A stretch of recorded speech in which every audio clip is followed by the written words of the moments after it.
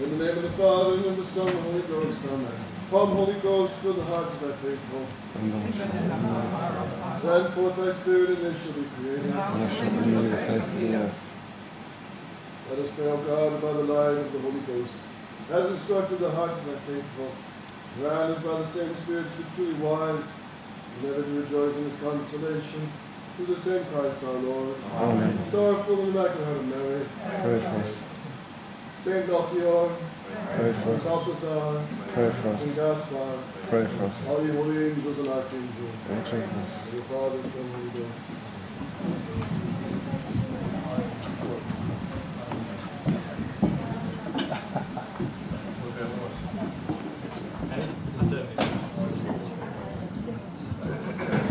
Right, first things first. First of all, thank you for coming, and secondly, thank you for inviting me. I'm told, my wife says I always waffle around too much and ramble on before I get into the topic whenever I'm given a talk before, so I'll just dive straight in. Bishop Williamson is tolerating or flirting with, or in some cases even promoting religious liberty, and religious liberty is condemned by the church. Okay? That's the entire talk in a nutshell. The way that I thought we'd look at it is as follows.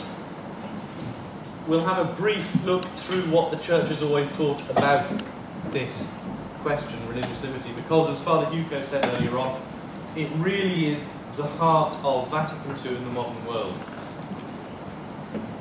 I'm convinced the reason that the modern world is just so awful and there's so much corruption and evil and wickedness all over the place at the moment is because of Vatican II. And it's really, this is the heart of it. We'll have a look at what the church thought about religious liberty. What did Archbishop Lefebvre have to say about it? Now, Archbishop Lefebvre is not the church, but he just taught Catholic teaching, but he really is the man of our time. He's the man alive in our era. He reacted to Vatican II. He pointed the way forwards for us. And then we'll have a look at what Bishop Williamson has to say about the same question. I want to mention the relationship between liberty and authority, and we'll talk about why it matters. I will, at the end of the talk, invite anybody who would like to ask questions.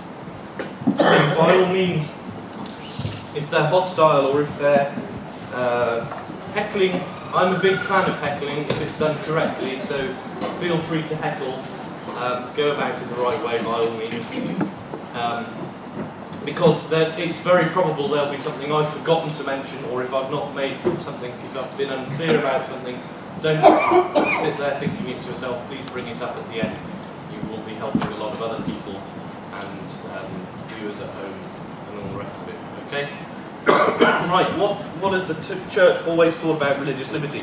This is something that a lot of you, I suspect, will be thinking to yourselves, we know this already, and I dare say you do.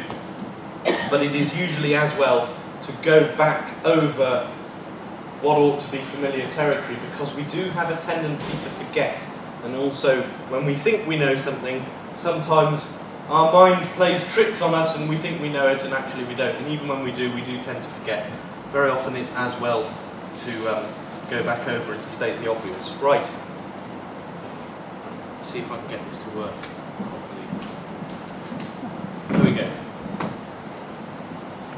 This is just a brief snapshot. There is more I could give you of where the Catholic Church has condemned this modern notion taught by Vatican II of religious liberty, and you'll see it goes right back, it goes from Pius XII, just before the Council, and I mean it's not, these are papal teachings, papal encyclicals and so on, but you'll find the Vatican Secretariat in the mid or late 50s teaching the same thing, and you'll find bishops throughout the world teaching the same thing. It was a consistent teaching.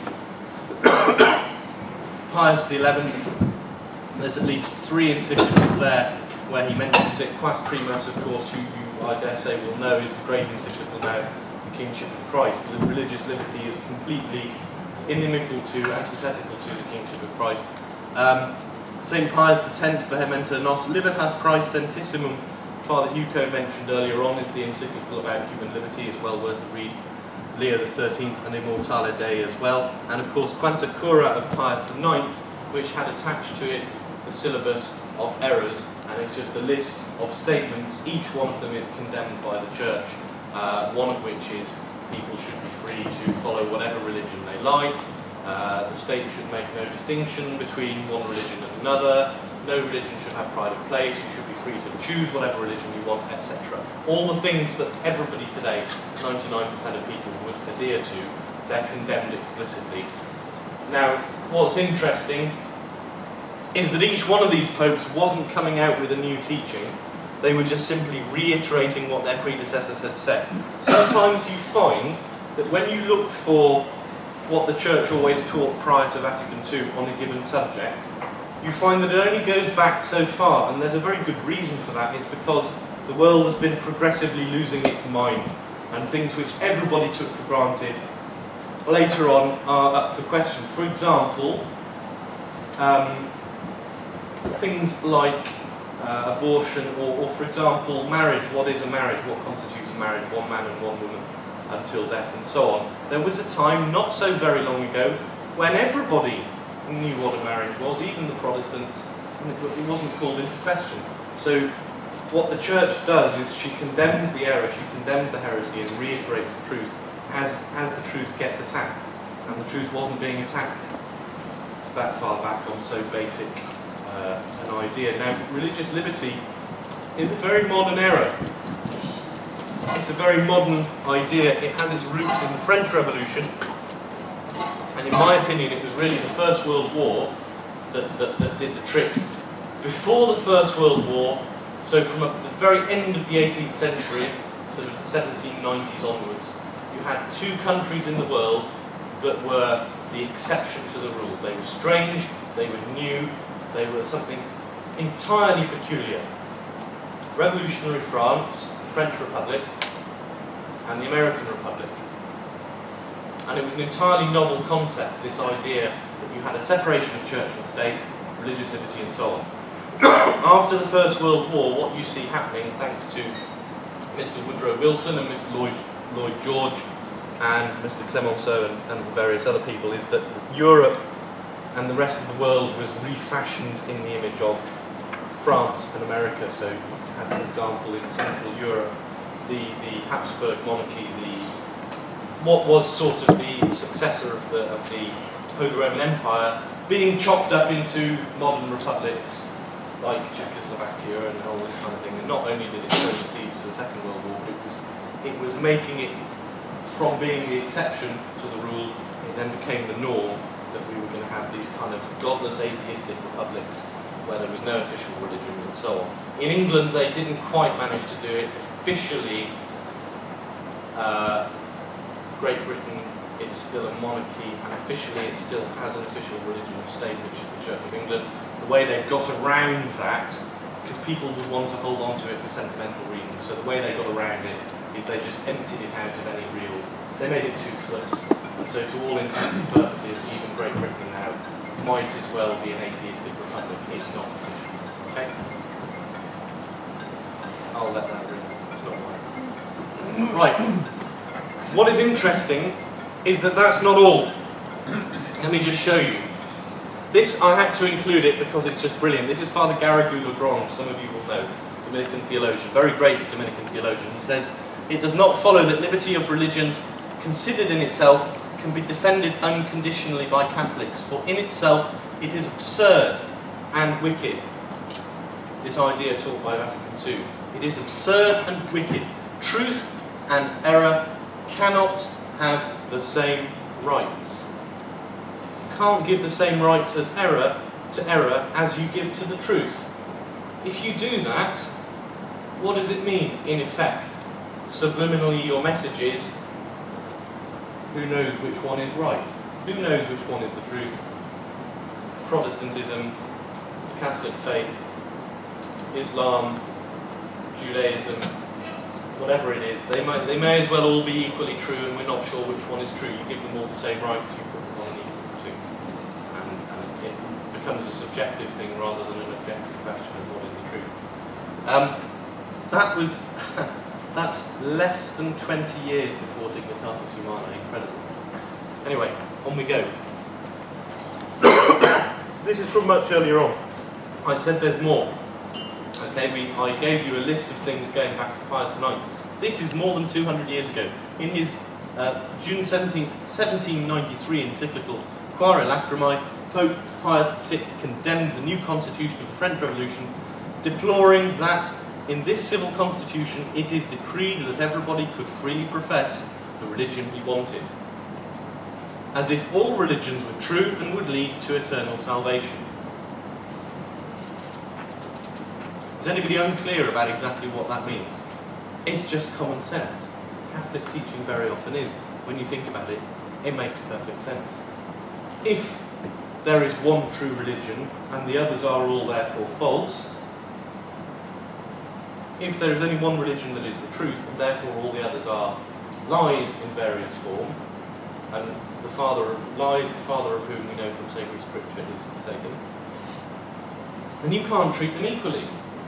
And if you do treat them equally, it means in effect you're denying the true religion, because you're saying they're all equally good. That was what the church had to say about the French Revolution, right when it was still fresh and topical. I'll show you a document where I got this from. Do any of you know the newsletter Catholic Candle? Yeah. Those of you who do, I strongly recommend it. There's a very, very good article. I don't remember which one it appeared in actually, but it's on the website there, and it's very, very thorough indeed. I can't produce even a fraction of what that author goes through. He really gives you chapter and verse to the nth degree. We don't have the time for it right now, but I'll give you the link in a moment. Okay. Pope Benedict XIV, after praising the country of Poland for strongly resisting the errors of the Lutherans, the Pope adds that thanks belong to a council of the leaders of Poland because they prevent religious liberty for non-Catholic religions. So he says to them, he sends them a message and he says, well done for keeping the Lutheran religion out of Poland, and in particular the government of the country deserves credit because they passed this law denying religious liberty. To the great glory of God, that's the council of leaders, the government, it prohibited the principle of freedom of conscience. Adherents of this principle were seeking to introduce it and establish it in Poland. And you see how that works. This is really where the Protestant Reformation, so-called, did a lot of damage. Because the minute you don't have one religion, the minute you have more than one, even if it's just two, Catholic and Lutheran, then people can start saying, well, we've got to live in peace, and we can't favour one at the exception of the other, to the detriment of the other, and so on and so on. So the simplest thing is simply to keep it out. That's why the church always tried to nip it in the bud if there was ever something like that going on. All right, but it's explicitly clear. They denied religious liberty to the Lutherans. He said, well done. The results speak for itself. After that, Poland remained Catholic. That's your Catholic Candle article. Okay. There's a lot more I could give you. It's all in there. All right. If anybody, come and ask me afterwards, and I can write it down. All right. I'm going through it fairly quickly, but this is what we conclude, or this is what I conclude from it. The idea of liberty pertaining to matters of religion is entirely contrary to Catholic teaching, the mind of the Church, the apostolic spirit, and the law of charity. Okay? Archbishop Lefebvre did not invent anything when he condemned religious liberty, nor was he exaggerating when he condemned the Council and the Conciliar Church for teaching it. Archbishop Lefebvre, those of you who are familiar with it, there's a book called There Thou Crown Him. I don't know how easy or difficult it is to get a copy of this, because a lot of the printing presses that used to print them and promote them, Angelus Press for example, I don't know if they're reprinting it or if there's that many copies available, but if you can get hold of a copy of it, do so. If you have a copy, reread it. If you've never read it before, get hold of a copy. They have uncrowned. Really, if you want to understand Archbishop Lefebvre and the fight of the SSPX in tradition over the last 40 years, one book that really represents it in just one book, that is the book I would recommend. You can't really read that book and understand it and then come away not. Oh, what was the name of the book? They have uncrowned him. It's referring to the kingship of Christ, Christ being king. He's referring to the council fathers. They have uncrowned him being our Lord. Yeah. Alright, so that's what the church teaches about religious liberty. Now there are three types of liberty, very briefly.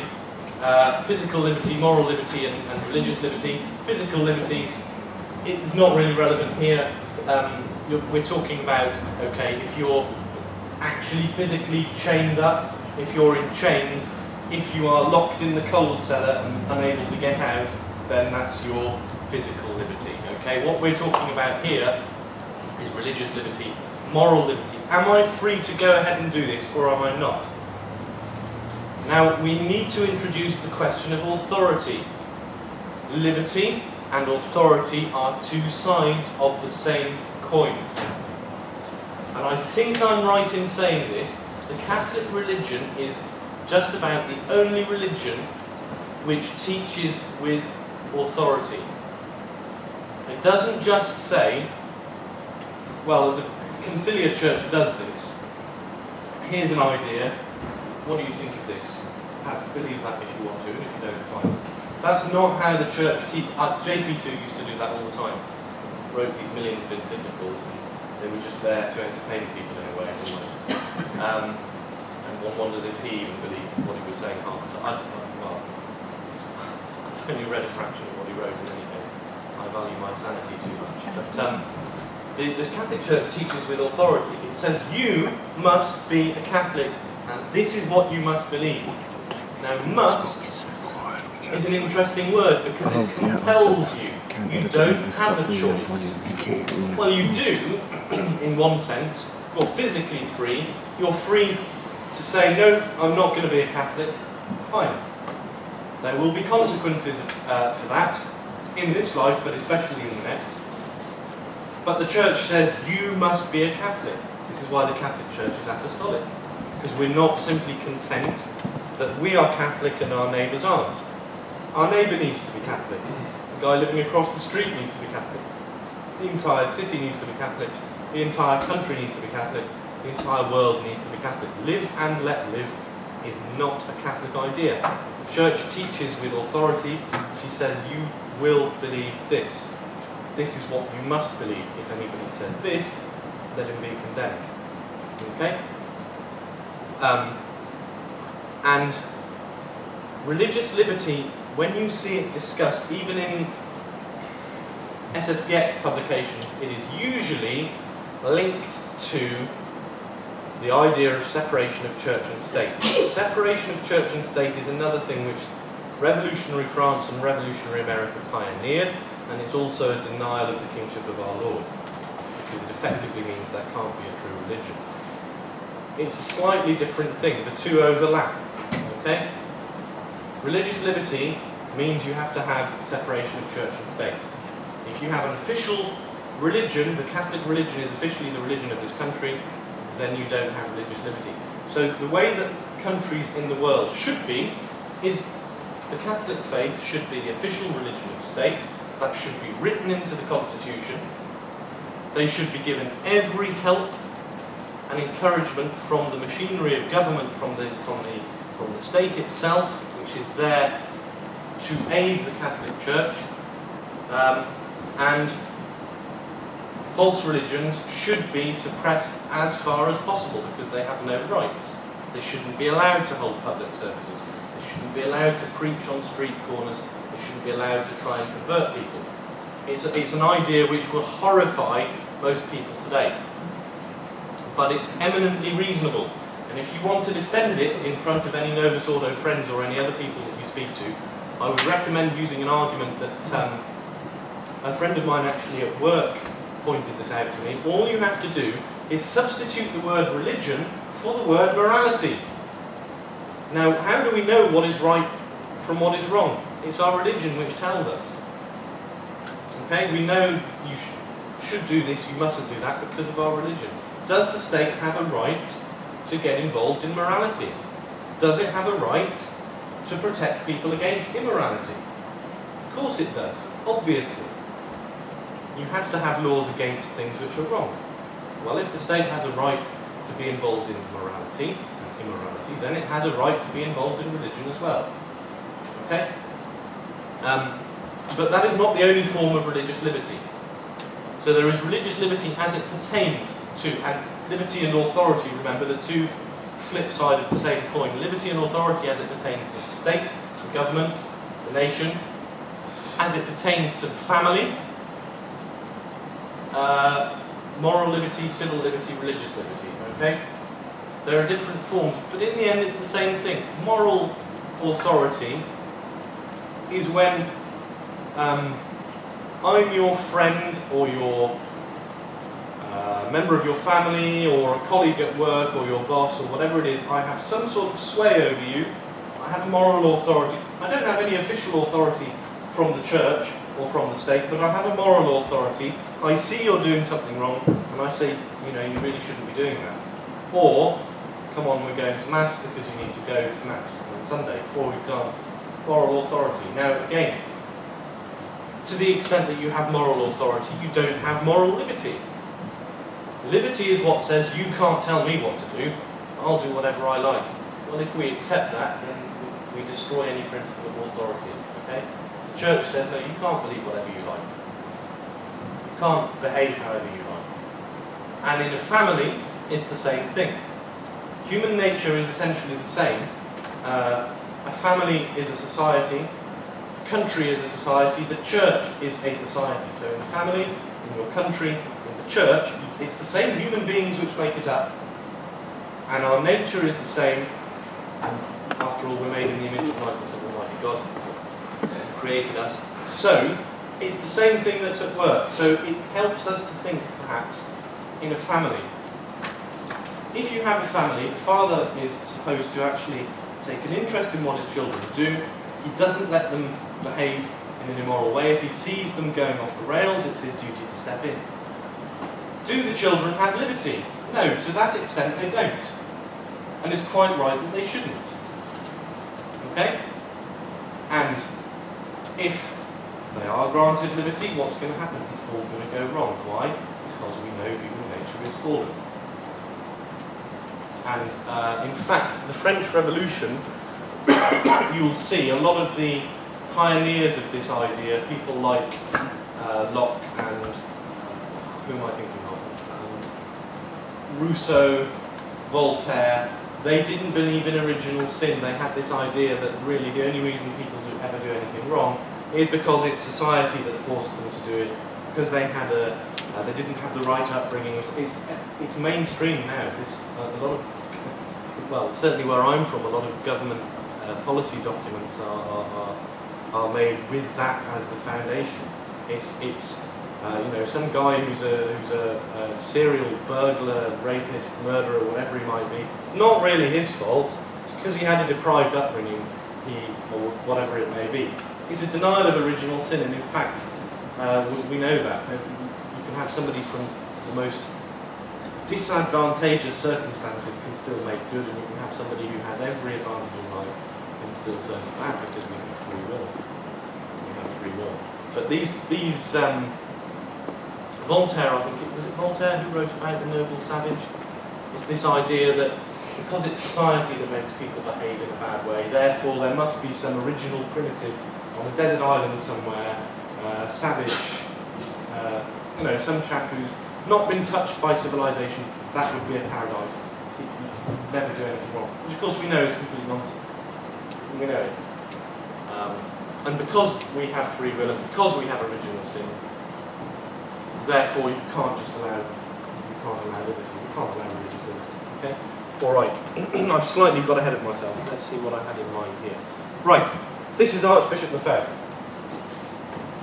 This is I Accuse the Council, which is also a very, very, very good. I Accuse the Council isn't a book like the other books. It's a sort of compendium of his interventions in Vatican II. If you ever wondered what Archbishop Lefebvre had to say when he gave a speech on the council floor at Vatican II, That's what that book is. I Accuse the Council is a collection of all the official interventions and speeches that Archbishop Frank gave at the council. Right. He says, at the risk of destroying all authority, human liberty cannot be defined as freedom from any constraint. Okay? So if you believe and promote liberty, as in freedom from, you're destroying authority. Because the two are dependent on one another. Constraints can be physical or moral. Moral constraint in the religious domain is extremely useful and is found throughout sacred scripture. The fear of God is the beginning of wisdom, Psalm 110.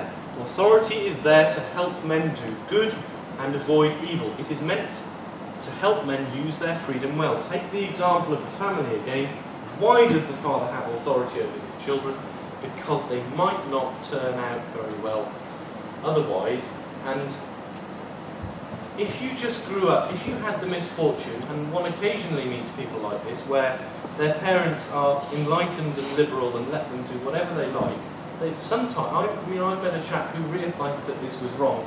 You get into all kinds of bad habits, and it's very difficult to break free of them later on, and they don't thank their parents later on.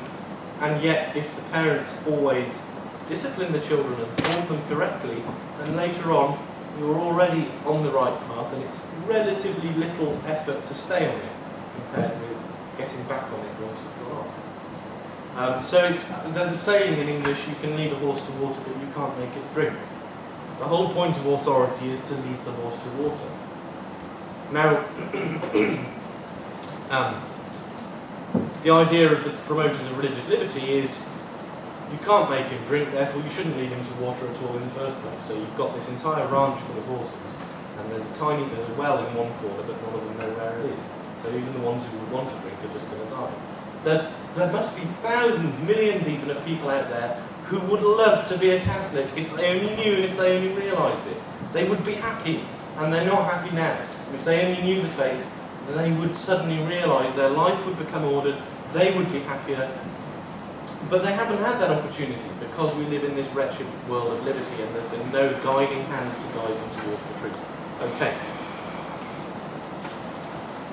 Archbishop of Avery again, from the same book. The search for truth for men living on this earth consists above all in obeying and submitting their intelligence to whatever authority may be concerned, be it familial, religious, or even civil authority. How many men can reach the truth without the help of authority? It's the same point. I'm deliberately driving this home for a reason, and if there's any doubt about it, please ask me at the end. I want to make it really obvious, and I apologise if anybody feels their intelligence is being insulted. I really want to drive this home. You do not have liberty because you need to have an authority that helps guide people towards the truth. That is what it is for. You must have an authority to help you, because we are fallen human beings.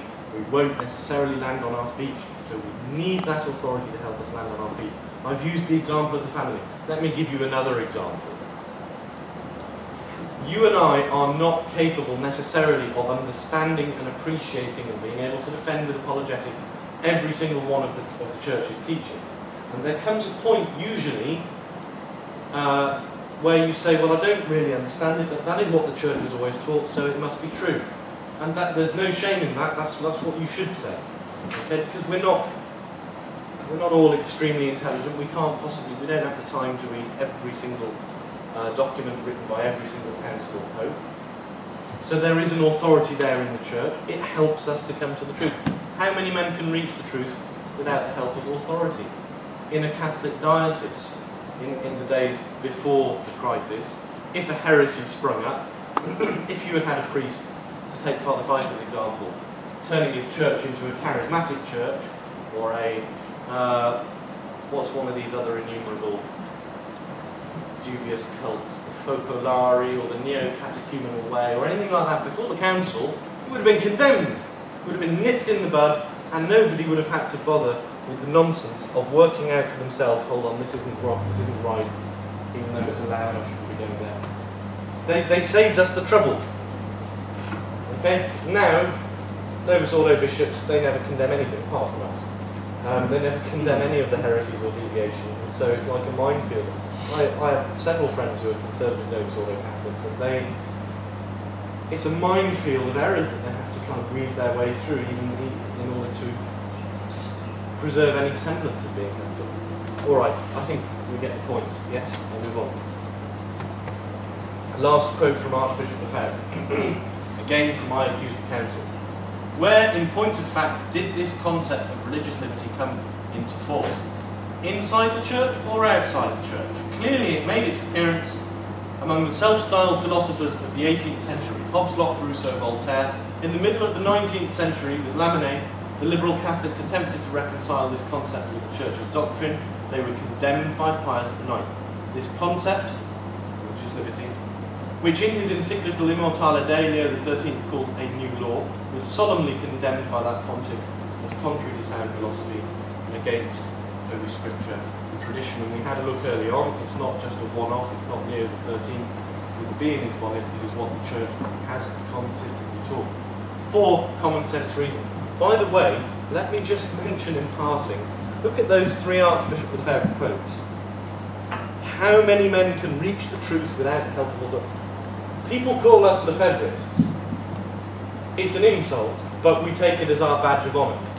Just like the Jesuits, for example, that was originally an insult, and they took it on and they said, yeah, we are Jesuits. Yes, we're Lefebvrists.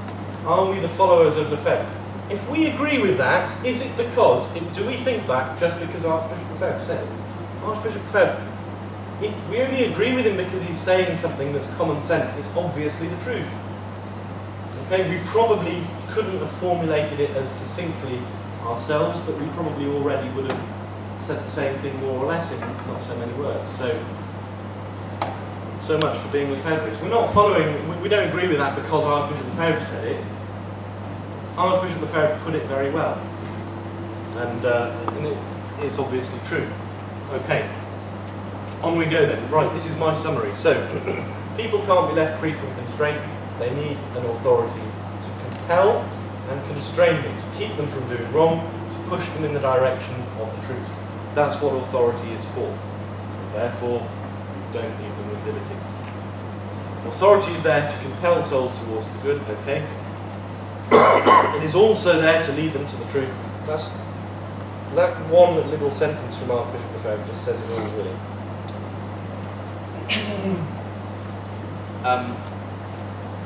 And finally, yes, it's not just a narrow question of civil authority, it's not just a question of separation of church and state. Don't fall into the trap of thinking. That is a question of religious liberty, don't get me wrong, that is relevant. Okay, the state does have to be Catholic. After Vatican II, the Vatican machinery, Rome itself, went to the remaining Catholic countries in the world, including Franco's Spain, including Salazar's Portugal, lots of countries in South America, Colombia and so on, the Philippines. And they said, you're not allowed to be Catholic anymore, the council says, and so you need to rewrite the constitution. Poor old General Franco, it must have broken his heart, because they fought a very long, hard war against communism in order to make Spain a Catholic country. And then Rome turned around and said, you're not allowed to be a Catholic country. And Salazar as well. But anyway, alright. But notice what Archbishop Lefebvre says here. It's not just a question of, is the state Catholic or not? That's part of it. But it's not just civil. It's also in the family. Religious liberty, moral liberty and so on. Okay? Whichever level you look at it at, the same rules apply because you're dealing with the same thing. Okay? I carry on with the summary. If authority is meant to compel us towards good and point towards truth, then where does liberty tend to lead? Fallen human nature. If you are the father of a family and you let your children behave whatever way they like, maybe they'll choose to behave in exactly the right way. I doubt it somehow. Yeah, and again, look at the example of the Novus Ordo Conciliar Church, where the bishops just allow anything, Medjugorje, all these completely wacky, crazy things that even the Novus Ordo people know are just wrong. The neo-catechumenal way, give me a break. I know that it's wrong, but they never use any authority to try and say this is the truth, you shouldn't do that. And this is what happens. It's like a garden. if I can use that metaphor, if you don't do the gardening, if you don't weed it every once in a while, it's going to turn into a wilderness pretty quickly.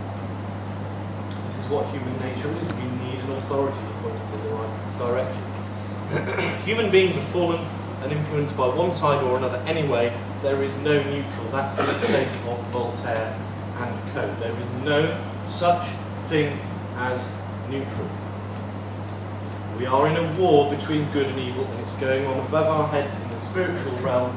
It's a war between the demons, the fallen angels, it's powers and principalities, and we are taking part in it. And if we're not coming out on the side of good, we're on the side of evil.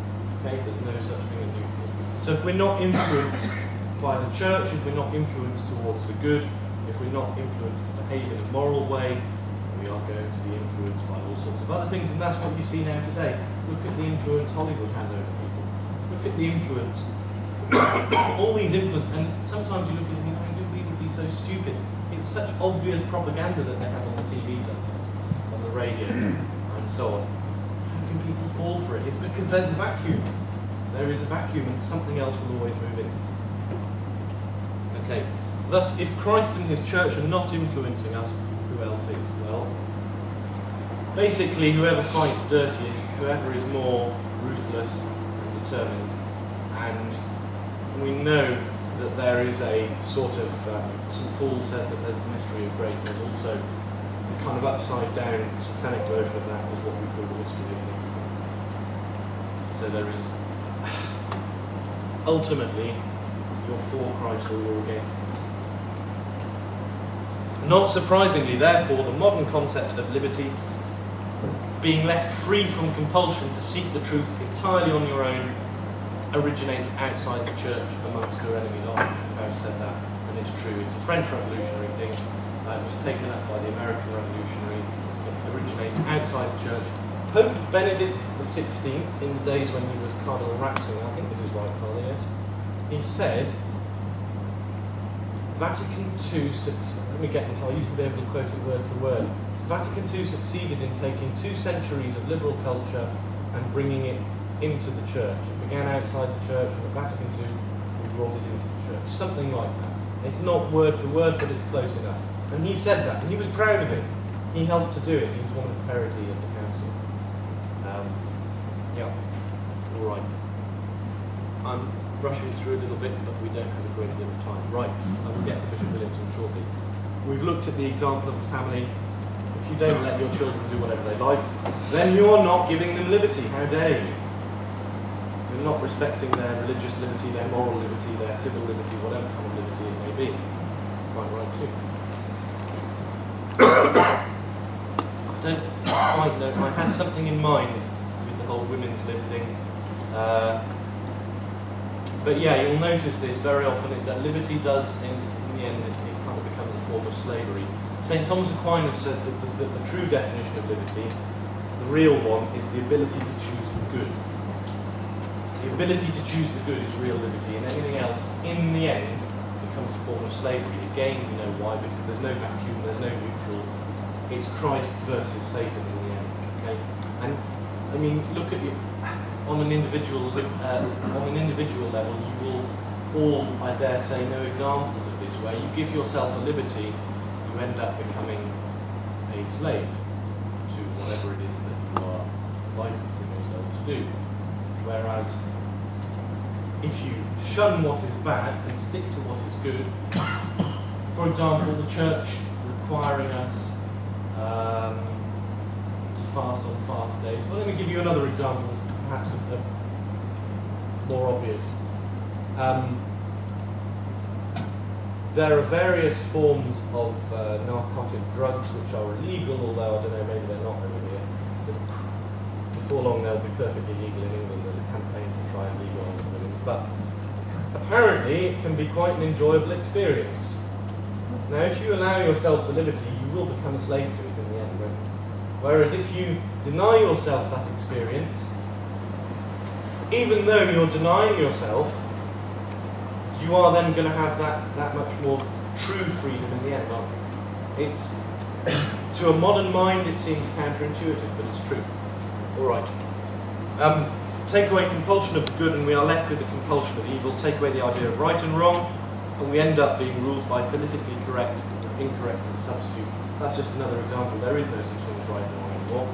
But now that the modern world has abolished the idea of right and wrong, is there just a vacuum? No. We've got an alternative substitute religion where instead of talking about right and wrong, it's that's politically incorrect, you're not allowed to say it, that's politically correct, that's what you must think. It's an alternative substitute replacement version for the old-fashioned concept of right and wrong.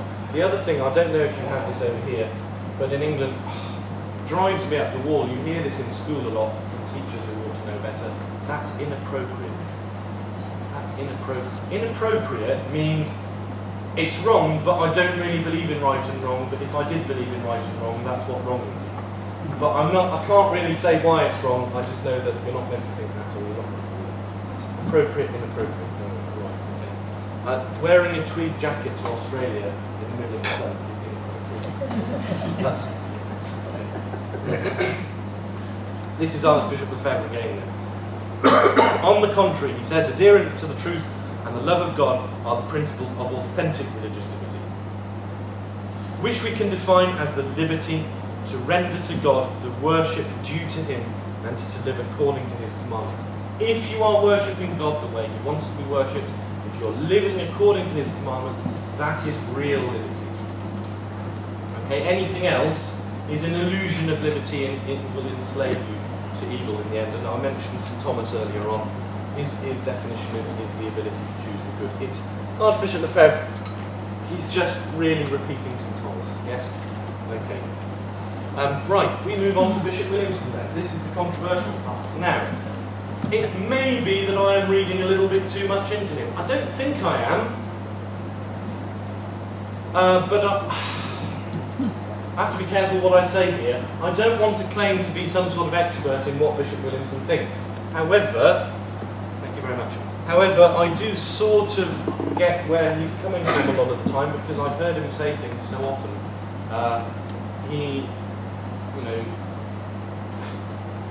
We had him for Mass, whenever we had Mass in London for a space of 2 years, and I used to speak to him after Mass like everybody else. He used to stay at our house on a Saturday night and I used to talk to him about all these kind of things. So I think I know what he's... Well, let me put it this way.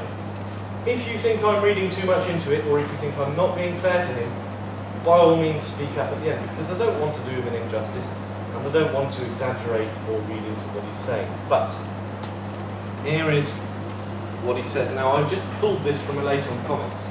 There's much more that he says verbally, but it's very, very difficult to track down, and I only had a certain amount of time to prepare. At present, I am more and more disinclined to impose even a true viewpoint on anybody. Now, in case anybody is going to accuse me of pulling that quote out of context, Lason comments number 420, look it up for yourself if you're in any doubt. The entire Lason comments is about why I can't be the leader of the resistance because, people disagree with each other and why would they listen to me? And it's not my job to tell people what to do anyway, they can do what they like. That's the entire Lason comments in a nutshell. And there's a reason for that. He even goes so far as to say, at the moment, I'm not even going to impose even a true viewpoint on anyone. Now, what kind of authority or liberty is that? Like, it's moral authority, moral liberty, but it's also religious in one sense. He's not a bishop with jurisdiction, but he does have a certain moral authority. And I put it to you, ladies and gentlemen, that it is his clear duty to use that moral authority. And if anybody is lost as a result, let me give you an example. He says in one Lason, it may be the same one, I think he says, no, it was in a talk that he gave, he said, resistance priests is like herding cats. Well, alright, suppose you have a priest who's doing the wrong thing or going the wrong way or leading people astray. With this attitude, he's just going to carry on leading people astray. And then that then becomes your fault because you didn't step in and imagine a father of a family having this attitude. At the moment, I can't even be bothered to impose a true viewpoint on any of my children. What kind of an attitude is that? It's not the attitude of the father. It's not the attitude of the father of souls. Where does it lead? Denial of authority, liberty. Authority, denial of liberty. It's one or the other, okay? Bishop Williamson again. The opinion itself, this is one where he talks about sedevacantism. Sedevacantism is dangerous precisely because it can be the beginning of a slide towards losing the faith, and then almost immediately I've chopped out one sentence, which doesn't really make a difference. Now, if a Catholic needs to hold that opinion in order to not lose his Catholic faith, let him hold it. Hold on a minute. You just said it causes people to lose the faith. So sedevacantism is the beginning of losing the faith. If you want to be a sedevacantist, yeah, go ahead. One or the other, not both. What does that mean? I'd like saying, again, I use the example of the father of a family. You shouldn't run out into the road without looking, but if you want to, just go ahead. Now, that's, again, it's a denial of authority. It is in practice religious liberty, or at least moral liberty in the religious domain. If you want to disagree with me, by all means, in fact, not only by all means, but please do so. I hope that somebody will at least pick me up on something at the end, because that's very often, those of you who watch things on YouTube or whatever, quite often the most interesting bit of any talk is the question and answers at the end. Right, Bishop Williamson again. Therefore, it seems to me, if James is convinced that to save his soul he must stay in the new church, I need not hammer him to get out of it. If Claire is persuaded that there's no grave problem in the SSPX, I need not ram down her throat while there is. And if John can see no way of keeping faith without believing that the see of Peter is vacant, being a sedevacantist, I need urge upon him no more than that belief is not obligatory. Now, I don't like this at all. I need not hammer him to get out of it. I need not ram down her throat that there's a problem. What does that mean? It's just disingenuous language. What he really means is, I don't need to do anything at all. But because that's a bit embarrassing to have to admit, I'll couch it in terms of these extreme people like Father Pfeiffer and Father Hugo and Greg Taylor and Luke Ross and so on. They're always ramming their religion down people's throats. They're always hammering people over the head. Look at the church before the council. If there was an error or a heresy, did the Vatican, did the local bishop of the diocese hammer people who taught error? And did he ram things? Yeah, basically. But I mean, that's what you do, okay? If you're the father of a family and your child is doing something seriously wrong or immoral, then by all means, hammer him, metaphorically speaking. Literally speaking, if it doesn't leave a mark, you're all right, I'm told. What is this? Basically, if you want to go to the SSPX and you think that there's absolutely no problem with Bishop Fellay, then fine, I'm not going to disturb your conscience. If you want to be a sedevacantist, fine, be a sedevacantist. I'm not going to disturb your conscience there either. And if I have a friend who's part of the new church, notice he doesn't say going to the Novus Ordo Mass, he says part of the new church. You could argue, rhetorically speaking, oh, maybe James goes to the new Mass because, maybe he doesn't belong to the new church, but he does go to the new Mass. I mean, I've known people who did have definitely the Catholic faith and they went to the new Mass. Somehow, they had the faith in spite of the new Mass, right? So, but he doesn't say that. He doesn't say if James is going to the... He says if James is convinced he has to belong to the new church. And I'm not going to... Why would I ram it down his throat?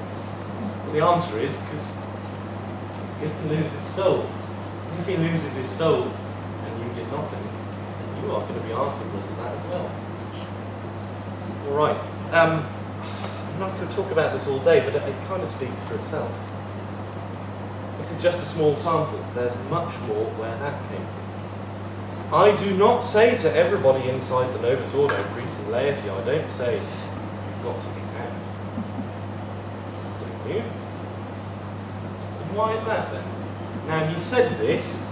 2014. 2014, you're quite right. I was just thinking that, yeah, I've got the date wrong. 2014. So this is just over 2 years ago. This is before Mahopac, New York.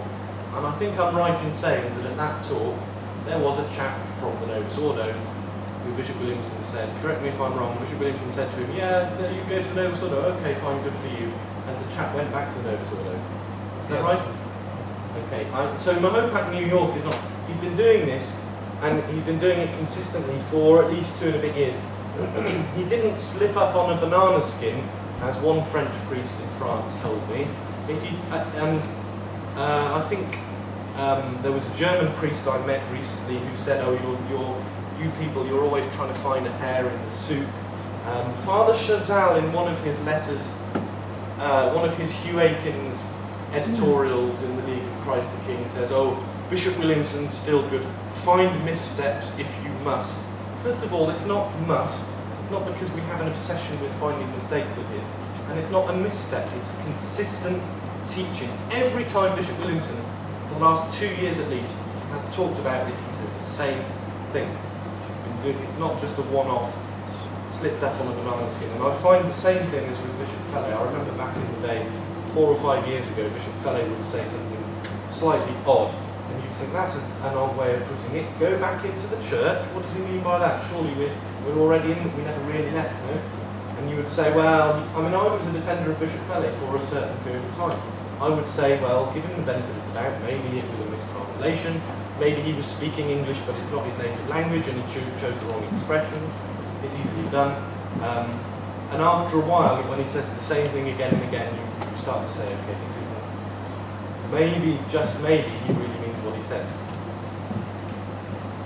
The essential principle is, this is probably the most famous line of the last year and a half, do whatever you need to keep the faith.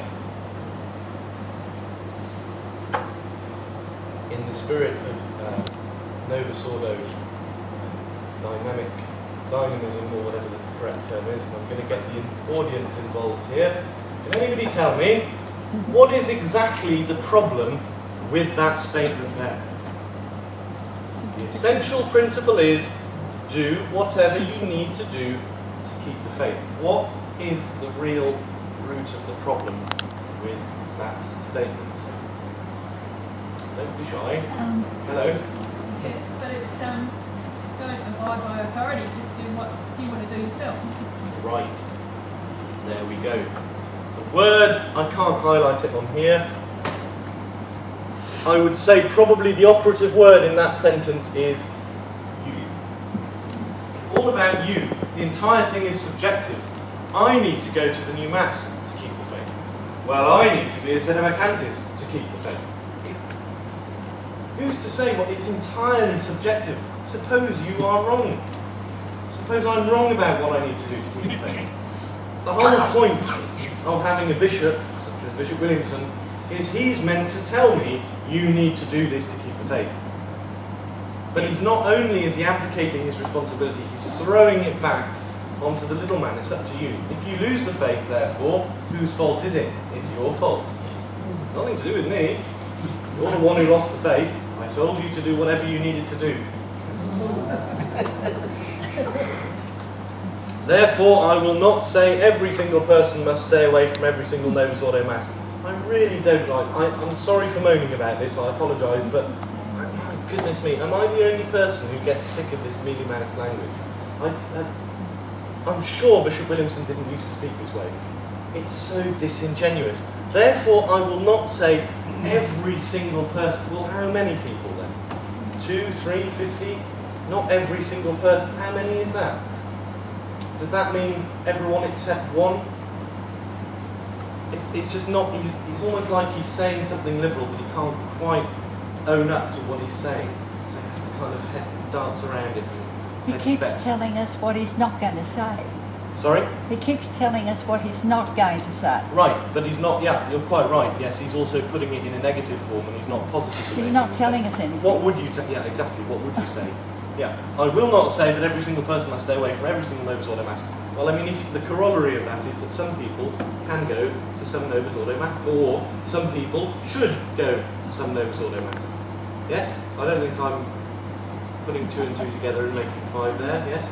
If not every single person should stay away from every single Mass, then some people should go to some Novus Ordo Masses, yes?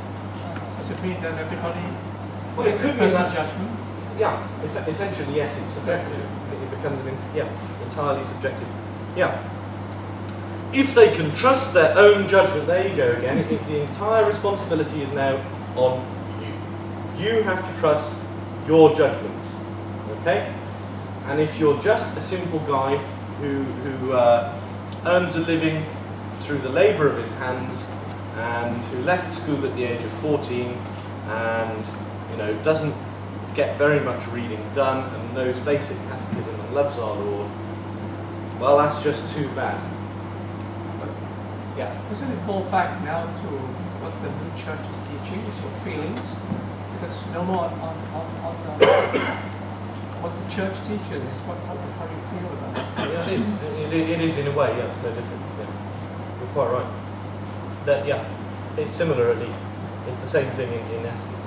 If they can trust their own judgment that attending this Novus Ordo Mass will do more good than harm spiritually. Now, what does that mean? He doesn't even finish the sentence. He says, if they can trust their own judgment that it's a good thing to attend this Novus Ordo Mass, then, which means, then they can go. That's how I read that, but all right. But there's no doubt that it does more harm than good spiritually. There you go again. It's this kind of dialectic all the time. The Novus Ordo Mass does harm, but you can go to it. Sedevacantism causes you to lose the faith, but you can be a sedevacantist.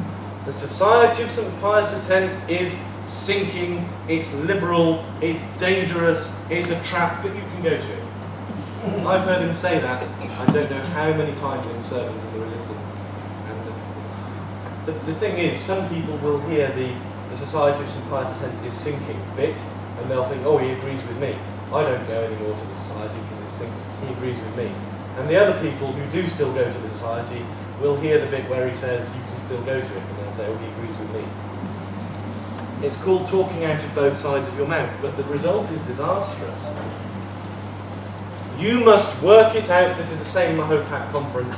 The entire spiel comes to an end with, you must work it out for yourself. Any other questions? So you must work it out for yourself. Hold on a minute. What on earth is the point in that poor woman having asked you a question in the first place if the answer is, yeah, I don't know, work it out for yourself. But now, I notice this talk is meant to be about religious liberty. What is this, if not religious liberty put into practice? It's a denial of any authority. Don't expect me to tell you what to do. And what does it mean in practice? You just do whatever you feel like doing. Sorry, Greg, you make mention once just more or less to sit on your hands. So it's coming stems from that. Where you are at the moment, if it's nourishing your faith and the rest of it, you're sitting on your hands. Well, it's along those lines. So don't really do anything about it. Yeah, absolutely. That's what he wants you to do. He absolutely doesn't want this conference to be taking place because what is happening in this room right now is you have people from Australia and America and England coming together with a common cause, with the same faith, in a common fight to achieve the same goal. We're united, we're part of the same battle. That must not happen at all. You're not meant to be here. You're meant to be at the local Sedevacantist, SSPX, Involt or Novus Ordo parish, take your pick, looking after number one, and building a nuclear bunker for when the fallout comes. But you're absolutely not meant to be trying to convert people and win back the church and defeat the modernism of Bishop Fellay and defeat the modernism of Pope Francis. This is not what you're meant to be doing. Well, that's the practical effect of it. Right, I believe in liberty. You'll notice I haven't given you a source for that. You'll just have to take my word for it, and if you don't want to believe me, fine, don't believe me. I have heard him say this. Father Pfeiffer has heard him say this, yes? Oh, many times, John. Many times, right. Have you heard him say that, Father? Yes. Okay, so either Father Pfeiffer, Father Nuko, and myself are all lying, and we're in a conspiracy. Well, maybe we are, I don't know. Now, again, it's not, and that's all he said. He didn't say, blah, blah, blah, blah, blah, blah, blah, I believe in liberty. He didn't say, I believe in liberty, blah, blah, blah. He just said, I believe in liberty. And the context, for those of you who are wondering, was, Bishop Williamson, why don't you tell this priest that he needs to leave the society? Bishop Williamson, why don't you tell these people that they should start supporting this priest? Bishop Williamson, that priest is doing the wrong thing. Can't you have a word with him? I believe in liberty. Now, he also has said, and again, Maybe he's just been clever in not committing it to print, but I've heard him say this, and Father Pfeiffer has heard him say this. He will jokingly, in kind of self-deprecation, self-mockery is a great thing, by the way. It keeps things light, and it also means you don't take yourself too seriously. By the way, little side note, every once in a while, with the records, and I had a copy here somewhere, people, not very many, but I come across somebody who says, oh, I don't like your tone, you're too flippant, you make fun of everything, and I say, well, you're sarcastic, I don't like the sarcastic. No, so I am sarcastic, yeah. I think it needs, it helps to keep things a bit light, and make fun of the enemy once in a while, make fun of their excesses, which are ridiculous. It's a good thing. Every once in a while, and Bishop Williamson has done this in the past, he'll make fun of himself. He's said, oh, I'm just an old liberal. I'm just a liberal. Again, I'm not inventing that, he has said that, yes? Oh, he says it frequently, yes. He says it frequently, right. Now, it's one of those moments where you think, well, he's joking, but is he? Now, if I were to say, I agree with Bishop Williamson there, these other people, what's his name in America, the Johnson chap and Hugh Avery, they don't agree with Bishop Williamson on that particular point, but I do. I think he's a liberal. And he believes in liberty. Right? Do we really need this quote here? Somebody out there is going to say, Greg Taylor invented that, he's got no proof, he's got no evidence, why should we take his word for it? Don't take my word for it. Look at everything else I've given you. Even if it's not explicit religious liberty, is it not religious liberty in practice? That's what it is. It's a denial of authority. It's a denial of liberty. Now, authority is the flip side of liberty. You know what's coming. He said more about this than he has on the question of liberty. I don't have authority. I cannot have authority. Friendship, advice, contact, support, no problem. Authority, problem. Can you imagine that commanding resistant priests, notice not resistance priests, because he doesn't believe in the resistance, as he has said several times, resistant priests, is like herding cats, can you imagine? In which case, is it worth trying if it's bound to fail? What a shameful attitude that is. Is it worth trying if it's bound to fail? First of all, who says it's bound to fail? Do you have a co-worker or a colleague at work who is a militant atheist and virulently hates the Catholic Church? You might just want to try defending the Catholic Church, because even if there's one chance in a million that he might end up being converted in the end, you're still obliged by the law of charity to give it a go, just in case. On the day of judgment, when I die, I will go in front of God, and Almighty God will say to me, here is what would have been happened, here is the good that would have been achieved had you done what you should do. Here's what you failed to do, and all of that good didn't happen as a result of you failing to do your duty. That is what will happen on the day of judgment. And I only hope and pray that that good which didn't get achieved won't be too long a list of things affecting too many souls. Yeah, I don't have authority. Well now, in one sense that's true, in the sense that he's not a diocesan bishop, he doesn't have ordinary jurisdiction. Okay. But does he have moral authority? The answer is, of course he has moral authority because he uses it. He uses his moral authority, for example, to prevent any other priest going and helping at the seminary with Father Pfeiffer and Father Newton. Because if you're seen to be on their side, then you might not get holy orders from Bishop Williamson. You might not get the sacrament of confirmation in your chapel. You might find that the other priests in the resistance stop talking to you, and you get, it's like a kind of trade workers, trade union, or like a mafia sort of thing. Now, he exercises an authority, but he doesn't exercise it officially. Authority is a double-edged sword, and it's not, the Hollywood version of authority is it's good for the guy who has it, and bad for the guy who's under him. In reality, it's the other way around. Authority is good for the little man because it gives you a protector on high, it takes a burden of worrying, a burden of responsibility off your shoulders, and it places it onto the shoulders of the man who has the authority. Okay? And excuse me, to use the analogy of a family again, children don't have to worry about paying the bills, right? That children who live in a household where there's no, if let's say, for example, both parents went out one night and somehow didn't come back, and they lived in a remote place, and the children ended up living on their own in the house without any adult with them, that they'd have a rough old time of it, wouldn't they? Because they'd suddenly have to do all sorts of things that they shouldn't really have to worry about. Authority works the other way round to what we normally think. And it has to be visible, because then you can have a recourse, you can see, you can appeal, you know who it is that's doing this to you, okay? It has to be visible. If the priest denies me communion, for example, I at least see which priest it is who's doing it. And I can say to him, why is it that you're... and he can give me his reason, etc. Now with Bishop Williamson, he exercises a kind of secret authority, mafia style, but it's not visible. So you can't tell people Bishop Williamson is doing it. The whole thing about holy oils and the sacrament of confirmation, there will be people out there who will deny that that's the case. Who will say, Bishop Williamson never denies anyone holy oils. He never denies the sacrament of confirmation.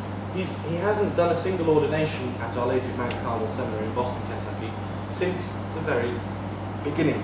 And all this disingenuous nonsense about, oh, he investigated it and found that it was a terrible seminary and Father Pfeiffer's terrible and Pablo Mexican is terrible. This is all nonsense. It's disingenuous, because Bishop Williamson visited it for at least the first year that it was running. Is that right? He visited it. Yeah. When was the last time he visited? 2014, June, I think. June 2014. It started in September. He should have done tonsures at least for that 1 year. He didn't. So he exercises a kind of a mafia-like secret authority where you can't really see what's going on unless you happen to be personally acquainted with the circumstances, unless it's you that it happened to.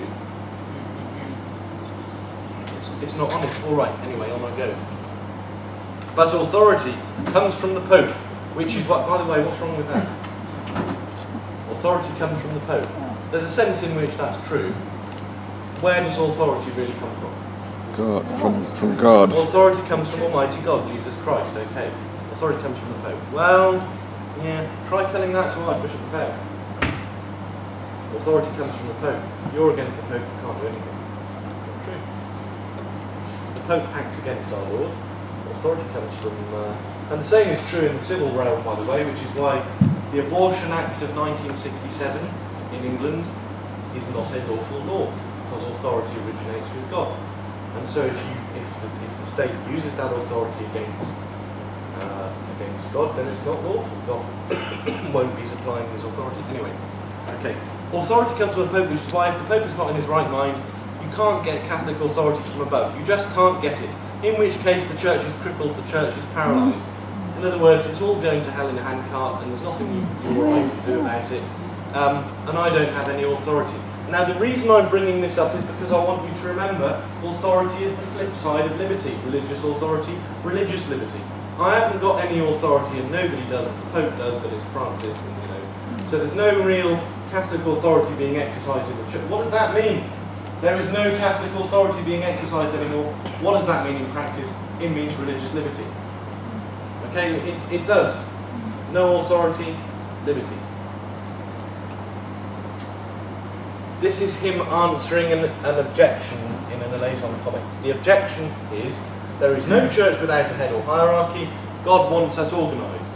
That's a pretty good objection. I think it's true. His answer is as follows. Normally, indeed, there is no church without head or hierarchy, but modern man has created an abnormal situation. What on earth does that mean? That's just rhetorical hot air, really. Modern man is...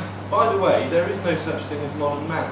The council talks about modern man all the time, and it's quasi-borderline heretical because human nature does not change. Okay, the same tendencies, the same nature that we have, Adam had, our forefathers had. Those of you who study history will see this all the time. the same kind of processes that go on, the same internecine quarrels, the same accidental things happening. It's the same human beings. This is why history repeats itself. It's an old saying, but it's true. History repeats itself. Why? Because it's the same human beings. There's no such thing as modern man. Anyway, all right. Modern man has created an abnormal situation.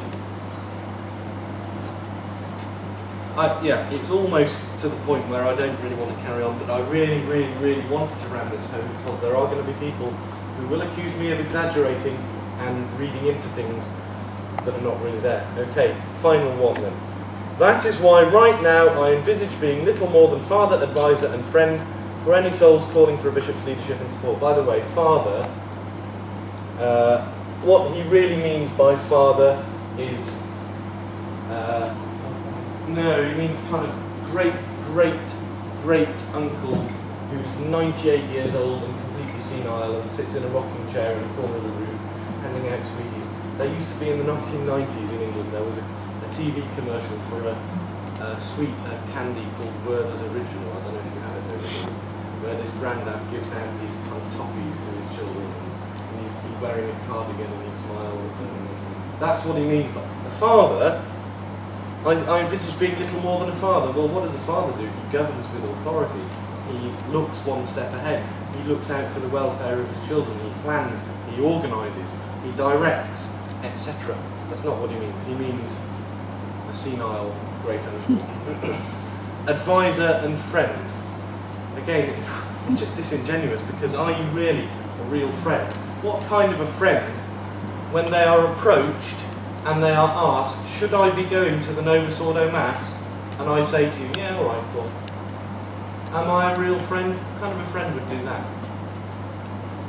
If you want to be a sedevacantist, yeah, go on, be a sedevacantist. It's dangerous and you're going to lose your faith, but go right ahead. Is that really being a friend? Okay. Quick summary then. So, according to Bishop Williamson, the new Mass was designed to undermine the faith and does more harm than good, but whether you go or not is entirely up to you. Use your own judgment, and if you think attending it is good for you, then fine, go ahead and attend it, even though it's going to undermine your faith. Sedevacantism is also, sedevacantism is also harmful and can lead to losing the faith, but if you want to be a sedevacantist, be a sedevacantist. There's no authority, so don't come asking me to correct those who are wayward or point people on the right path. Remember what Archbishop Lefebvre said? How many men can come to the truth without the help of authority?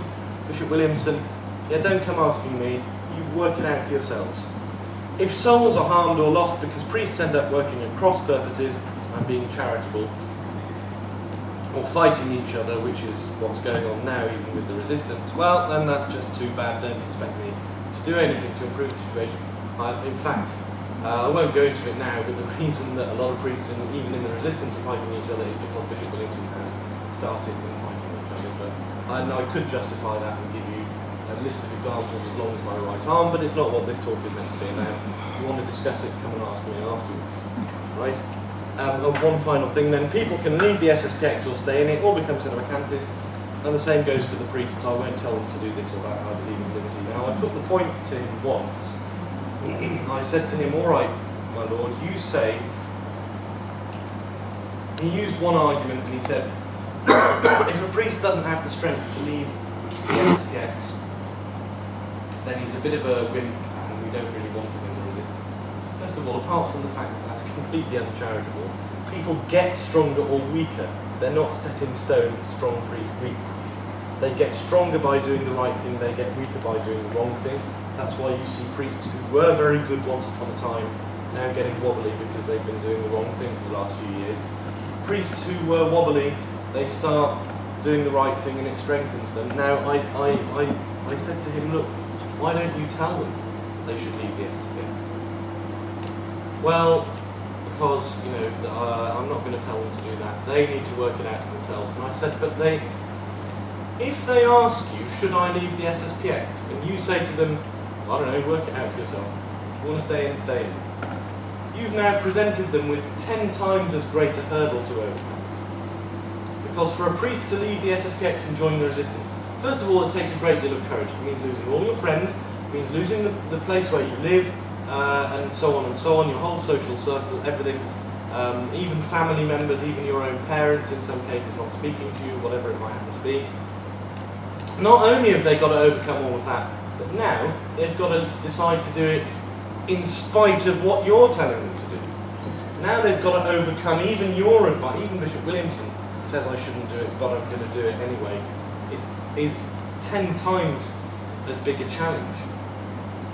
Remember what I said before, there's no such thing as neutral. In the end it goes one way or it goes the other. We are in a fight.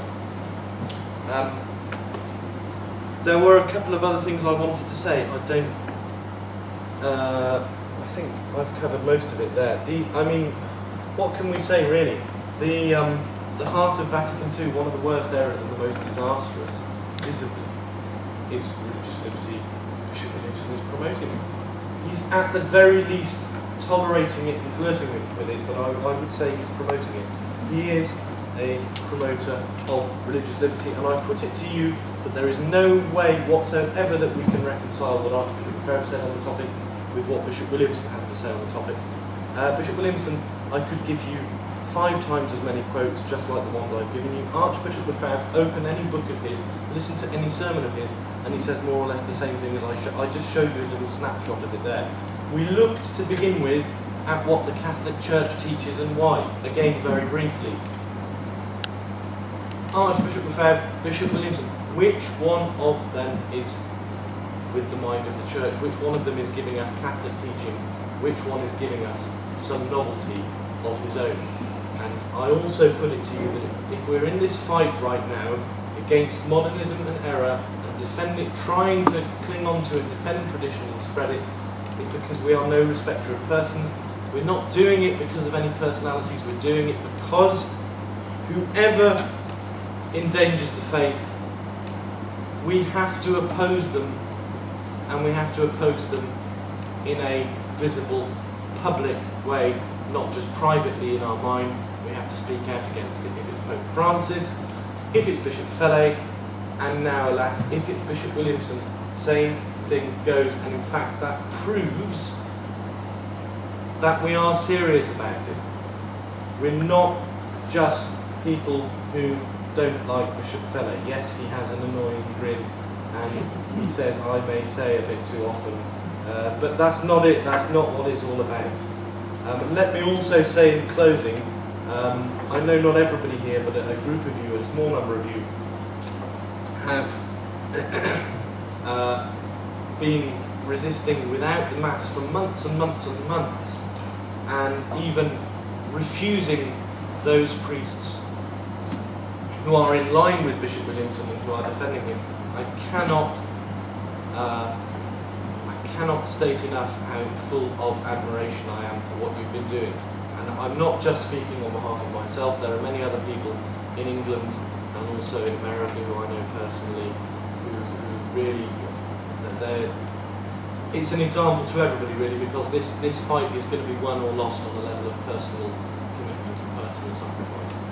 And I think that needs to be said, and it can't be said highly enough. Very, very well done. I'm full of admiration for what you're doing.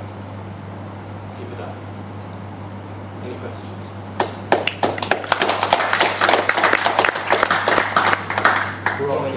The doctrinal declaration, wouldn't it be enough for those priests that have left the society to maintain their conviction of why they left the society based on that doctrinal declaration? And No. why isn't there no mention of it anymore in the resistance to Right. those people who do attend masses? It's not enough simply to for a priest to simply keep his opposition to the doctrinal declaration, because a Catholic priest is not an apostle of something negative. You're not a Catholic priest because you're against Bishop Fellay. You're not a Catholic priest because you're against the doctrinal declaration. That may help to define where you stand at a given moment in time, but you stand for something positively. And the second thing is, it's not just Father Pfeiffer has made this point several times and made it very well. And it's very important that we grasp this.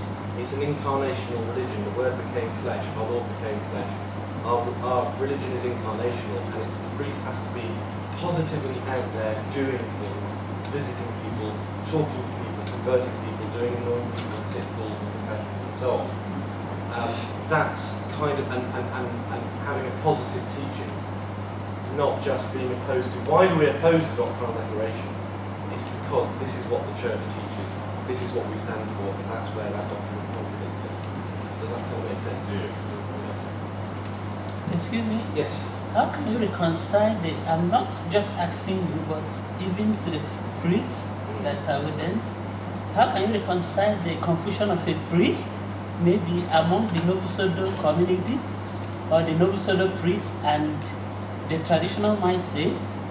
How can you, because even at the point of my situation, what I'm passing through, I've met some Novus Ordo priests that is actually interested with what we are doing with the fight in the church, but it's just that they are not strong enough to come forward or to come to the battlefield. But the issue is just that they are interested. So, but when you ask them, they tell you that it's better for them to stay and face their fate and be happy than to come to the community of confusion. Because they think that everything is totally confused. So how can you reconcile this priest or his conscience telling him that maybe among this traditional faith we are fighting for, that how can we say, how can you convince his mind in the unity among us? I am having that problem. I don't know how to do that actually.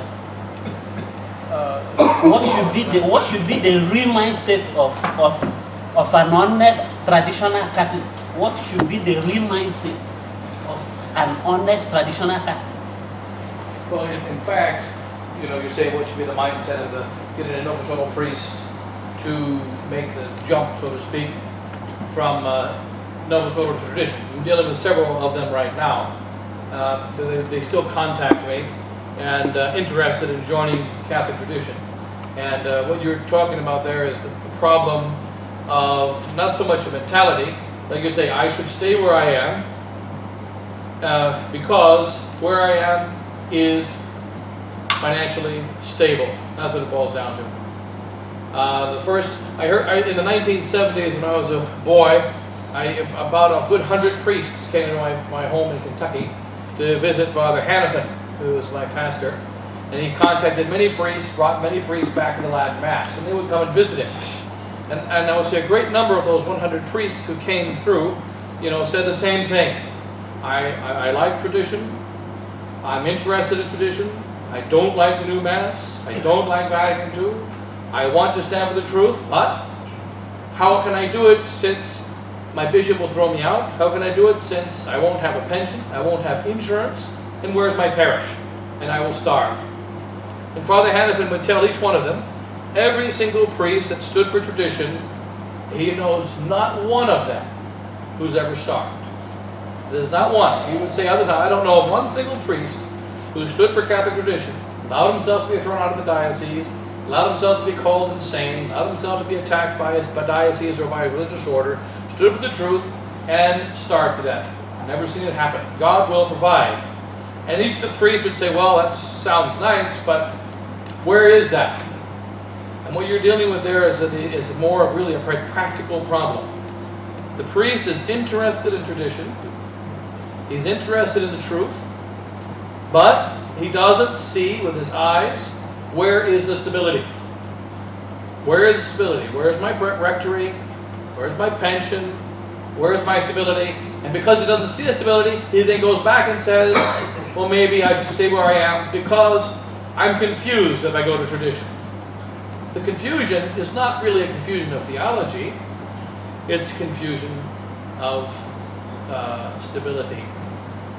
It's not a confusion of theology. And so, remember it says in sacred scripture, money is the root of all evil. And it's the cause of many souls losing their faith in the last 6,000 years. Then, Father, Go ahead. I would just add to that the same thing kind of works with the laity. You have to trust in divine providence, and it's an old saying, but it's true. God is never outdone in generosity. If you make a sacrifice on His behalf, you will receive back tenfold.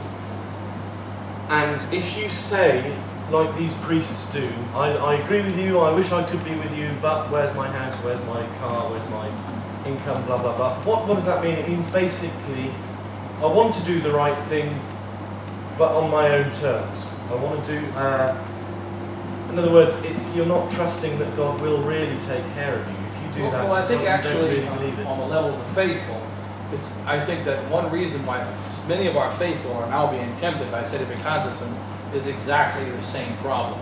There happens to be a sedevacantist chapel within 50 miles of my house, and maybe they're not so bad anymore. But all still going to the society. Your standards change. It's just like in the military. When you are at home base, you only date the beautiful girls. But then you go out on maneuvers, and the dogs become very attractive. And your standards change, and they fight over them because of where they are. And so it's human nature that it would never be my first choice to choose, the what do you call it, sedevacantism or the indult mass or the novus ordo, the conservative priest. But once I think, for whatever reason, that where I was going is no longer an option for me, all of a sudden the other girls start looking beautiful. It's just like the rule about before 6 years and after 6 years, your standards change. And so it's the same thing in the time of trouble, right? And so in fact, I think one of the problems, and several priests have pointed this out, we speak about deep theological problems, and there are deep theological problems, but human nature is still human nature, and we tend to do things for simple reasons. If I do the right thing and get a pay raise, I'm going to do the right thing. If I lose my job and the wrong thing gives me enough money to survive, I'm going to reconsider my ethical and moral values. And so it's tragic, but that's really what it boils down to. If you meet somebody who's an atheist or an agnostic, 9 times out of 10 they will tell you, I was brought up a Catholic or whatever it may be, and one day I just realised, how can there be injustice in the world? How can God let wars happen? And blah blah blah blah blah. And they make it sound high-minded. The real reason that you became an atheist is you got your girlfriend pregnant by accident. Your conscience was torturing you. They're never going to admit that, but that's true most of the time. And you kind of fabricate a justification for conscience. On the question of people going to the etiquette, we decided to stop, and a lot of people didn't. It's always the same argument. I need the sacraments. And we were slightly apprehensive about it at the time, but we sort of said, well, okay, if we're doing it for the right reason, we just trust in Almighty God, we trust in divine providence. God won't let us lose the faith through being too generous towards Him. If you have to err on one side or the other, err on the side of fleeing from error, err on the side of not getting involved in that slide of the SSPX, not risking sliding with it, err on the side of generosity towards God. We've never looked back, and I don't think that the faith has been harmed. In the case of any of us, at least certainly in England, who I know, and in fact very much the contrary, we've never looked back really, it's been stronger and stronger, whereas I do know a lot of people who just 3 or 4 years ago completely agreed with us, but I can't make that step, I'm not ready yet. They carried on going to the society, and now they don't agree with us anymore, and they've changed their opinion, and they now think that Bishop Fele was misunderstood or whatever it might be, and you guys are too extreme, etc., etc.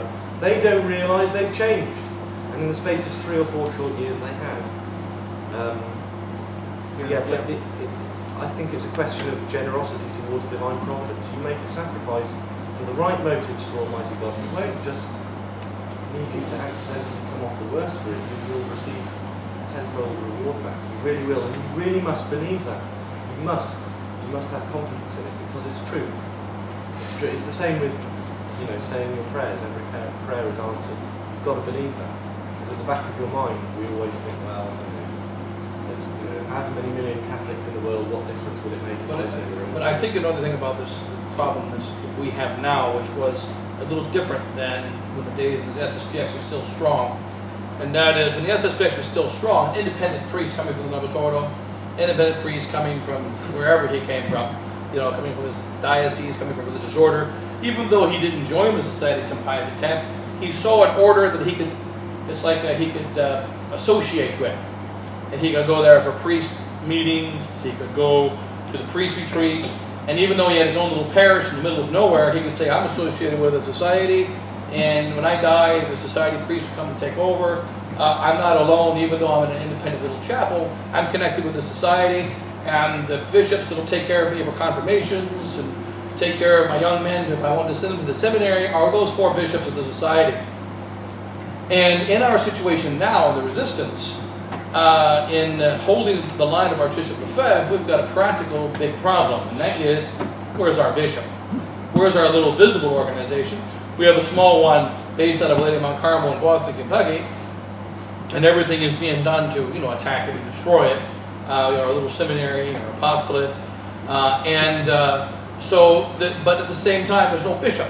There's no bishop. We don't have a bishop who supports us. And so that's the elephant in the living room. So I agree with Father Pfeiffer, I agree with Father Hugo, I agree with the position of Archbishop Lefebvre that it's still the answer in the situation of the world today. But we need a bishop. And when you don't have a bishop, so where's your future without a bishop? And, my answer is, where's your future without the faith? Now, we have to maintain the faith.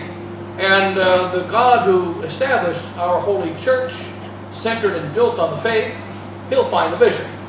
He knows how to do that. And so what's being asked for us right now is, I believe that we're just being asked to have a deeper faith. And this is what's happening right now. I think we're in that period right now. But nonetheless, they still, people want to see, Bishop Williamson is against you, Bishop Four, Bishop, we just had the, taking of our promises, the new seminarians that were over a year taking their promises for the Society of St. Pius X. So they took their promises on December the 8th, which were rejected by Pope Francis, rejected by the local bishop, who should have accepted it, rejected by Bishop Fillet, the superior of the Society of St. Pius X, our superior, rejected by Bishop Williamson, rejected by Bishop Four, rejected by Bishop Thomas Aquinas, and of course all the Sedevacantist bishops, because we're against Sedevacantism, and then all the 7,500 bishops in the mainstream Novus Ordo, because we're against them too. So we've got about 8,000 bishops that are on our unapproved list, or have us on their unapproved list. So it's a pretty big number, but nonetheless, we really firmly know, not just believe, but know that as long as we maintain the true faith handed down to us by our fathers, and our particular father for our times is Archbishop Marcel Lefebvre. And as long as we maintain that same faith, and God will provide, and we just have to believe that and keep going. That's all. It's true. And so that the attacks be however they wish. We shouldn't be here now. We shouldn't be surviving right now. We shouldn't be alive right now. But by divine providence we are, and we just have to keep going from day to day, week to week, month to month, but without changing the faith. That's the key. Have any of you heard of Father Raphael Arizaga, by the way? This is slightly on an unrelated note. Father Raphael Arizaga, I just thought of this just now. We were talking about Bishop Williamson's authority, and I don't have authority. Father Raphael Arizaga was a priest, he is a priest, a Benedictine monk and priest of Silver City Monastery, which is aligned with the SSPX in New Mexico in the USA. And he got kicked out, I think, in 2013, is that right? And he founded a new kind of resistance Benedictine monastery in Colombia. And he wrote an article in his newsletter saying that you can't go to the new Mass. I've looked back through his newsletter and I can't see anything else. That's the only thing. Now, let me back up a minute. A couple of months ago, I think in about October or whatever it was, September, towards the end of this last year, he was thrown out and made homeless because the monastery that he was in, that he had founded, the land I think belongs to a layman, and somebody put pressure on the layman, and it looks like, I mean, I hope I'm not doing him an injustice, but it looks like that's Bishop Thomas Aquinas pressuring so that Father Raphael and his monks would be thrown out. So they became homeless. They now have moved to Ecuador. He has 2 novices. It's a very small community, but it's a resistance Benedictine monastery. What was his offence? I can't find anything at all except one article in his newsletter from earlier on this year, maybe a year ago, I'm not sure, in which he says, "Dear faithful, lots of you have been asking me about the new Mass and you keep pestering me to say something about it. Well, I didn't want to deal with any controversy, I don't want to get involved in any controversy, but since you asked me, no, the new Mass is bad, you can't attend it, you shouldn't ever go to it." That's it, that's all he says. He doesn't mention Bishop Williamson, he doesn't mention My Hope at New York, he doesn't, nothing, not Fathers in Death, nothing. No names, nothing controversial, he simply says, new Mass is bad, you can't go to it since you asked. Now he's thrown out, he's persecuted. Now, can I prove a link between the two? No. But my instinct tells me action, reaction. There is a causal link between those two things. He has written something since, hasn't Father Raphael said yes. Yeah, he has said yes, something. okay, all right. Yeah, he says yes. Yeah. So again, this is an example of what kind of authority we are up against now. When I say that there is a fake resistance at large, there is. There's a counterfeit resistance at large which has an unofficial, mafia-like, secret, clandestine authority. You'll notice Bishop Williamson, whenever he says something controversial, he prefaces it with, "This is only my opinion. You can disagree with me if you want." You can disagree with him, but look what will happen to you if you do disagree with him. Okay? And people see what happens to a priest like Father Raphael, and they think, well, I don't want that to happen to me. So they stay quiet. And what's the end result? Lots of priests who won't even say that the new Mass is bad, won't even say you shouldn't go to the new Mass. That's the result of it. Again, it's difficult to prove. It's difficult to prove because it's not visible, it's going on behind the scenes. So anyway, I mentioned that. If have a look on the internet, there is, for any of you who are able to, do send Father Raphael a bit of financial support. He is, I sent him a very brief email sort of saying how are you getting on, and he said something like, I see now who my real friends are and who weren't really my friends.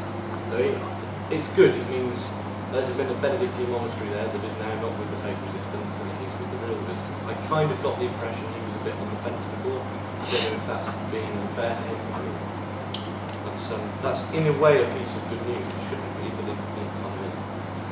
Are there any more questions? Nobody has really picked me up or tried to poke holes in any of this. I do wish somebody would. Does anybody have any other questions? Is up there in Paris the 9th. I mean, that Yes.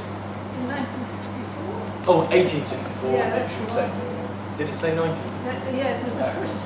Oh, okay, beg pardon, yes. Panchakura is 1864, Yeah. and the syllabus of error is Pius IX. Yeah. Right. Yes. It's quite good that you mentioned what's happening in England, because the similarities here. Yeah. A number of people Oh, it's not just similar. gone back to Yeah. the SSPX now, and they seem to be more, they're misunderstood, Yeah. things like that. There's a similarity here. There's so many parallels between what you're going through right now and what has happened in England. We're slightly ahead of the curve over there. We had Bishop Williamson for Mass virtually every Sunday. The only time we didn't have him for Mass was when he wasn't in the country. And he just wrecked everything. He wrecked everything. And he, and in the end, and he gave these sermons where he would say crazy things like this sort of thing. And many other things. But by the way, I recorded every single sermon. I've got about 50 or 60 sermons of his over 2 years, sitting on an MP3 recorder at home. I've never released them to this day, but they were made in public sermons. And he says all kinds of other stuff as well that's kind of borderline heretical or worse. It's not just about religious liberty. I haven't got the time. And to be perfectly honest, it's just too much. But he did this, and then we had a sort of split, and then they founded a new quasi-resistant chapel for him, so then there were two. There's a fake resistance and the real resistance, that's us by the way. And it was bad to begin with, and we got all the slime poured on us, and we got called all kinds of names, both in public on the internet and behind our backs. And in the end, little by little over time, not everybody, but a few people's eyes have been opened, one at a time, one here, two there, one there. And the resistance has grown back, and the spirit is so much better. And believe me, you're going the sacrifice you make, you will be rewarded for it, and you'll see that. You'll going through what we have gone through. It's worth the sacrifice in the end. You have to go through this kind of painful period where there's a fake resistance rival, but in the end, you're the ones with the truth, and you will benefit from it in the end. And the fake resistance is just going nowhere, because in the end, what do they stand for?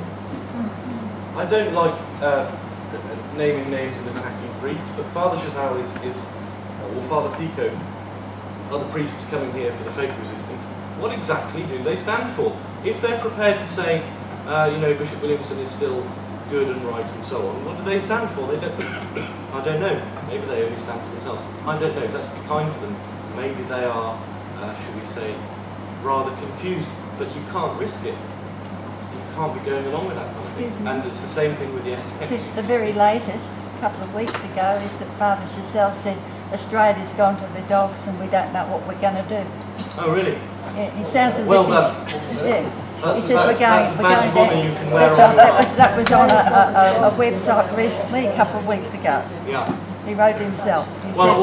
He said he even gave the impression that we don't know if we can continue to look after Australia. That was the impression. All I will say is if Australia has gone to the dogs, roll on the day when the rest of the world goes to the dogs as well. It can't happen too soon because it's, Did he put any more commentary with that? Because sometimes he just makes statements. Samuel, it was Did on. Did he have any more commentary with that, or just? No, he just made this. It was in a. One of his letters. Yeah, one of his letters. That was part of it. Yeah. He was answering all the rest of the people who are against Father Pfeiffer. Right. Yes. Sorry. What about priests that seem to have a foot in both camps? That throws me a bit. Yes, priests that seem to have a foot in both camps. You would think that's a rather painful stance, being on the fence and having decided it. There are priests around. I mean, there's one particular priest who I won't. If I were Bishop Williamson, I would say who will remain nameless. It's Father MacDonald. If I talk about it, you'll know who I mean anyway. He seems to sort of be on both sides. I think you don't need me to tell you this. You can't really be on both sides. Either that's true or it's not true. Either it's right or it's wrong. Which is it? And if you're not prepared to say Bishop Williamson is teaching things contrary to Bishop Williamson is harming the faith, don't go along with him, then in effect you're trying to reconcile people to Bishop Williamson, and the danger is always from those closest. Well, what he says is that Bishop Williamson's wrong, but you should still stay with him. I've never heard him say anything about this being wrong. I've only ever heard him say that what Bishop Williamson said at Mahopac, New York is wrong. But he also says Bishop Williamson made a mistake. Well, again, it's not a mistake, it's a consistent teaching. He said the same thing in St. Catherine's, Ontario. He said the same thing in 5 different liaison comments, 3 in a row, Novus Ordo Misside 1, 2 and 3, Host and Parasite 1 and 2.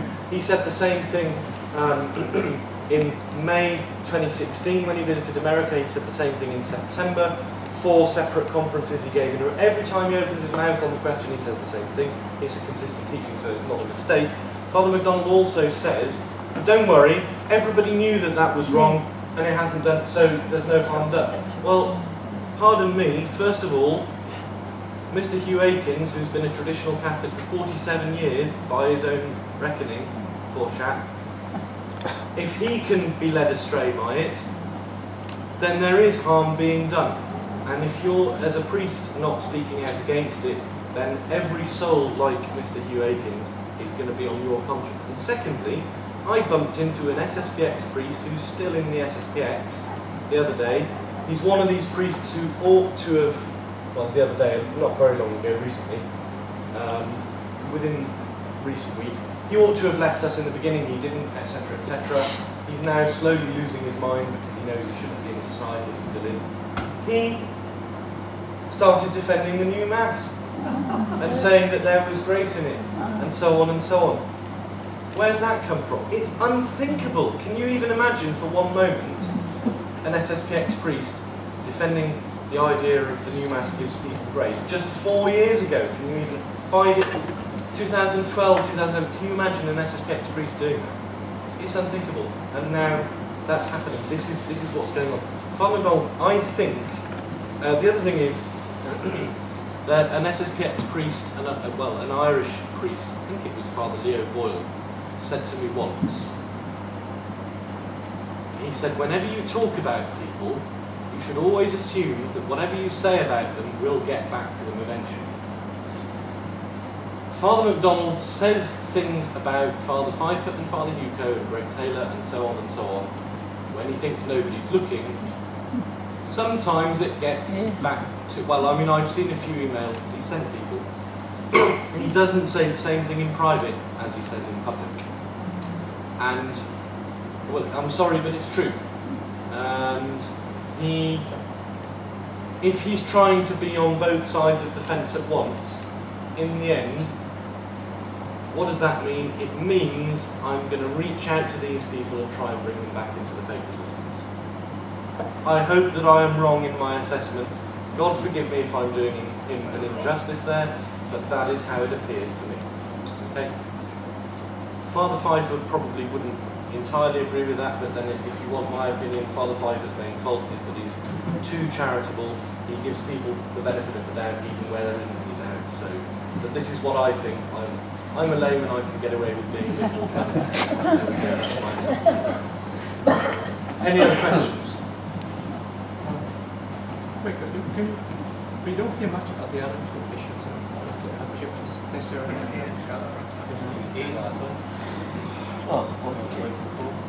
I'm not really the best person to ask. Yeah. They're basically, it's as though they don't exist really. You never hear anything out of them. Do you know anything about Tissier? You said Bishop Tissier did the ordinations. That's right. Yeah. Just a few days ago, or well, a couple weeks ago. On the 15th of December. Yeah. In Goulburn. Yeah. But in Goulburn, yeah. The ordinations here. Yeah. But it was just a fairly normal sort of sermon. That if there was no problems in the world and everything's okay. Yeah. Ordination recently. Probably on the same trip that did confirmations. Yeah, but I guess it's just everything is normal. Talk about the weather, that sort of thing. All right, should we finish there then? Sure. Okay, we can say a prayer then. Okay.